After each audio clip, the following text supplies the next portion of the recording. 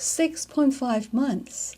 On average, it takes 6 to 7 months for a person to land on a new role. Research shows that when candidates are equally qualified for a job, people over 55 usually get the callback rate of half than younger candidates.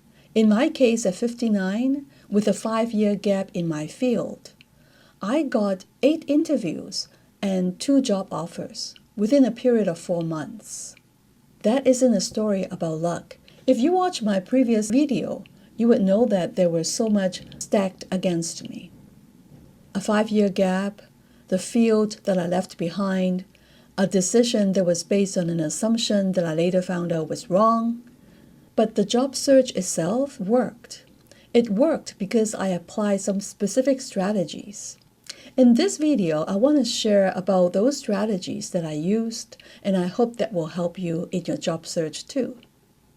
Specifically, it's about the inner work that you have to put in that not many people talked about. There was one interview question that I love to ask at the end. Those strategies made a difference.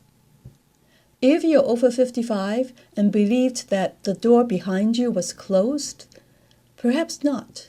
Maybe it's only stuck. Hi, I'm Joyce Lee. Some people call me the PhD Grandma. I'm passionate to equip professionals to flourish through simplicity and meaningful work. In my last video, I share with you the job offer that I turned down twice and the emotional side of how things turn out. And this video is different. I really want to help you because I understand this is a tough job market for everyone. Those strategies are the ones that I still embraced since 2018. Even though it worked, it doesn't mean that it's easy. Job search is generally tough. Even though everything seems to be working for me, I still faced many rejections, self-doubts, silence, and things that are out of my control. For example, one job I finished interviewing 4 times, and I was about to receive the offer on Monday. But I heard through the news that the government was putting a hiring freeze on all provincial staff, and that was over. Multiple offers were possible, even at 59. And after that, I still get job offers, and I'm still working till now. I'm 67. Let's talk about the first strategy. That is about the preparation. It includes inner work, training, and coming up with your professional identity. By inner work, I mean you have to go through your self-discovery process, understand who you truly are, what you bring to the world, and how you can contribute. What are you passionate about? What do you care the most? And what is it that you do not care too much? Because you spend a lot of hours in your work, you got to love it. And when you are searching for a job, you don't have to settle. You have to look at the right places so that you want to find the one that is most suitable for you and is a win-win for the employer as well. It's important when we look for a job, it has to go through 3 fittings. One is the task fit, the other one is the function fit, and then the mission fit. The task fit is, I like what I do. Function fit. Now, is this job function where you want to be? Do you care about tobacco industry or you care more about healthcare? Then the mission fit. What is the mission of the company? Their vision, their values, their culture. Now, in terms of training, you have to keep up with the industry. You also need to brush up on your other skills. I love going to Toastmasters. Visit 1 or 2 clubs close to you. They usually meet once a week. It's free to visit. Even if you have to be a member, the cost is very minimal compared to the benefit that you gain. You can practice public speaking in a safe and very supportive environment. If you go to Toastmasters for 3 months, your job interviewing skill will be different, but at least you will cut away those ums and ahs and you can think on your feet more readily. Other training. Now, in my case, I know that I've been doing project management forever. However, I also, when I had this 5-year gap, I want to know what is new in project management. Do I need to brush up my skill? I want to do something different as well. But it may not be you. But for me, I want to look at agile project management. And at that time, I decided to take a 2-day course certification in Scrum Mastering. So I get a certified Scrum Master. And guess what? The job that I accepted was exactly that. I transitioned from a project manager to a Scrum Master and then to an agile coach. So that works for me. When you apply for jobs or talk to prospect about what you want, you have to tell people what exactly you're looking for. Nowadays, it's no longer feasible that you have a cousin, have a factory, and you just go and get a job.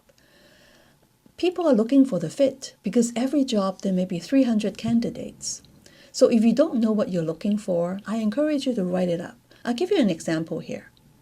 Whether I was helping a client overcoming a personal crisis or helping a team to ship a product fast, the thread is the same. To deliver the best customer experience. It is about bringing teams together to build something better, and that represents your professional identity. Then it's easier for people to even refer jobs to you, or for companies that know, yep, you are the right candidate, I want to interview you. Now that preparation is to groom yourself, to get yourself ready. Second type of preparation is about starting your job search. You have to do all kinds of research. Which companies do you want to work for? And which companies are likely having vacancies that suits you? So make that list and keep looking in that direction. I give you a story here. Years ago, I was looking for a change. So someone told me about this company and they gave me the number of a director. Her name is Maureen. People suggested me to give Maureen a call to see whether they have vacancies for me. I hate cold calls, but I took up the courage that day and tried to dial that number. I thought I would most likely hit an answering machine. But lo and behold, Maureen picked up the call. After we exchanged greetings, she asked me a straight question. She said, "Joyce, what skills can you offer us?" I rambled on. I wasn't prepared. I don't remember what I said, but whatever I said is not good, is not clear. You need an elevator speech. So here's an example. I am looking for a job as a project manager or a Scrum Master who works with cross-functional teams to deliver effective IT solutions by applying agile methodologies to deliver iterative and incremental values. Now, if you don't say it in one breath, practice it so that it gets smooth.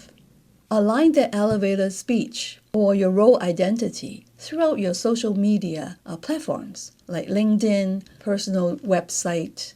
Also reflect in your cover letter or resumes. You always start with a base resume, but every job you apply to, try to look very carefully about the company, the culture, their vision, as well as the job description. And then bring in keywords from the job description and modify your base resume. This is non-negotiable. You have to do it, especially now with applicant tracking systems and AI. Now, there's a payoff because the more you tailor your resume, the more you understand, okay, I fit this role and I don't fit that role.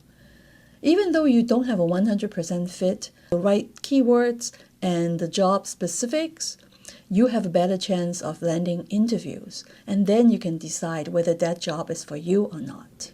Now, the next part is about preparing for the screening and preparing for interviews. Now, most companies will go through some half an hour HR screening first to make sure you're a real person, not a robot, and you're legal to work. Don't take it lightly. Whoever is screening you is your front door to that job interview. So try to be the best, to be the professional one in the screening even. And then when you prepare for the interview, make sure you know everything about this company. Whatever you can find in social media or the website, you can talk to people that work there. In LinkedIn, there's a part to say, okay, who can you talk to? People that in your network may be working for this company. Find out as much as possible. In that way, you can put yourself imagining you're already in the company and think about how you can contribute and what are their challenges. Even that get you excited about the job. It really affects you. By the day you're interviewing, You already feel that you know this person. You already feel that you are in that chair working. It's a psychological thing, but it works. I want to go into the strategy that help you interview the best. Now, there's a mindset that you have to put. If I'm interviewing for company ABC, I read everything about ABC, and I also read those Glassdoor reviews, what employees said about them, what contractors said about them. And then I put myself in the company, imagining I'm already working there. And I thought about, okay, what kind of challenges these kind of company face? Are they a big corporation, 3,000 employees worldwide, or are they a small 200 people shop? It is different. And think about previous roles that is similar. It's a medium-sized company or a multinational corporation. Compare those and speak that language when you're in the interview room. That technique is called picture yourself working for the company already. Another mindset shift is being in the shoes of the interviewer and or the HR manager. Now, you know that by the time they bring you onto the interview, they already know about your background. They already selected you. They're thinking you may be a fit. Having been on the other side of the interview chair, I know that managers really want to close the hiring cycle. They want to land on the right candidate, and that could be you. They are eager to fill that position. So whatever you present, whatever you can empathize with their needs and their pain, you are already getting that connection. So be in the shoes of the interviewer. Understand what their challenge is. How many months have this role been vacant? Or how many other vacancies the HR manager is trying to fill? So if you are thinking about that, you are already with them. When you interview, you are no longer sitting like a stranger trying to poke in. You are already feeling that you're part of them. You want to help them. It is a win-win situation. That mindset is really important because that will also help you put in context of what they ask you and how you present yourself, thinking you are already in their team, trying to solve problems together. And that makes the interview even more fun. Now, you must have these things in mind. Do they like you? Do they think that you have the competency to do the job well on day one? Do they feel that you are an independent worker that doesn't need too much maintenance and hit the ground running on day one? Do they believe that you work well with their team? Do they trust that you are the person they can rely on day after day? Do they feel that you fit into the company culture? Lastly, do they think that you will enjoy that role? You see, when you think of all that, then you're already thinking in the mind of the hiring manager.